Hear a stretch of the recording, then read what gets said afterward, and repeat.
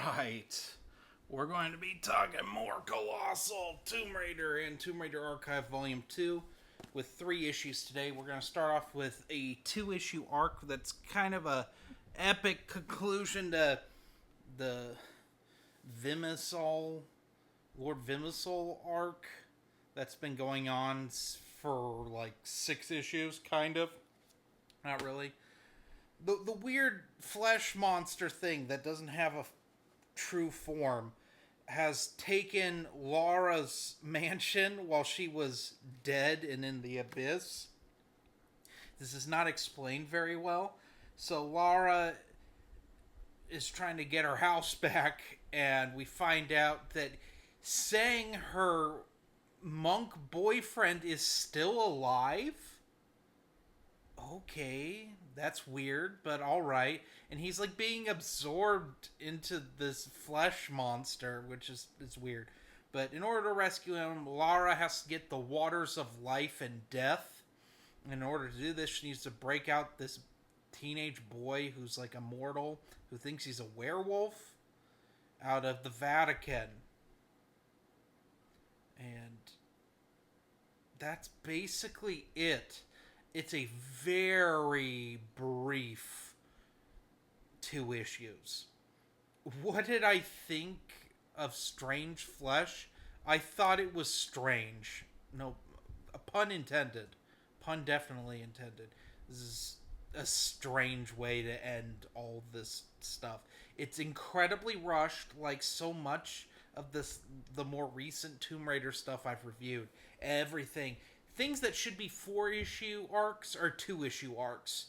Like this. Well, I'm almost certain I know why this happened. Angel of Darkness was coming out. It was finally coming out after being delayed. And Top Cow does have a 3-issue arc of that coming up. But they crammed it into 2 issues. And then we got a filler issue next. But it's just bad. It's just to reset the status. It's like we had our Michael Turner event, like whatever, with Endgame, and we have to reset the status quo. But like at the same time, we're not going to necessarily follow that status quo for whatever Eidos or whatever they were, Crystal Dynamics. I think by that point, I can't remember who originally who did the original 6 games. But Angel of Darkness took forever to make and was rushed out and was a very bad game. And they kind of threw all their eggs in one basket with Angel of Darkness. Because you gotta understand, they were trying to make Tomb Raider was like exploding at this time. The Angelina Jolie movie's coming out. We have this series, which has kind of held its ground for a long time. Because there was like a Tomb Raider game every year for those first 5 games. And by the time they got to Chronicles, the 5th game, they were running on fumes. So Angel of Darkness was going to be this completely different game. Very RPG-esque, and it ended up being a colossal failure. But in that time, that's why these comics have deviated so far away from like the source material. They've just become like standard Top Cow comics because there wasn't anything else at this point. So it's going to be interesting to look at this stuff going forward with the joke that was Angel of Darkness. So, next, we move on to a one-shot issue, which is issue 31, which is called Conquista. And in it, Lara is tasked with finding golds in Ecuador, and she ends up rescuing a bunch of slaves that are being... slave children, specifically, that are forced to dig for gold by these weird, like, inbred conquistador, gross-looking things. And she's working with a guy who's pretending to be a rich baron, but is actually a general in hiding for like some war crimes or something. So it's interesting. I liked it a lot. Why? Because it is Tomb Raider back to basics.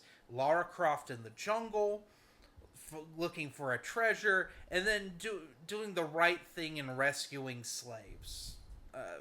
Slave children, their slave parents. Great, got a Temple of Doom vibe. It's a fun single issue. Not a lot else to say about it. I really like this one. This is the first time I've really liked a Tomb Raider story in a while. So what would I rank these? Strange Flesh, I'd give like a 2.8 out of 5. Just a dumb way of ending what like a big bad storyline. We haven't had that in so long. Um, to reset the status quo only to like for like no reason. I I don't know. It's just weird. It feels like a cop out. I just don't like it. But Conquista, I give it a good 4.8 out of 5. This is one of the better issues that we've had since Dan Jurgens left the book. And I'm being very honest. It's kind of been all over the place with this one. But next time, we're going to be talking some Angel of Darkness. And I give my thoughts on all of that. So, anyway, have a nice day.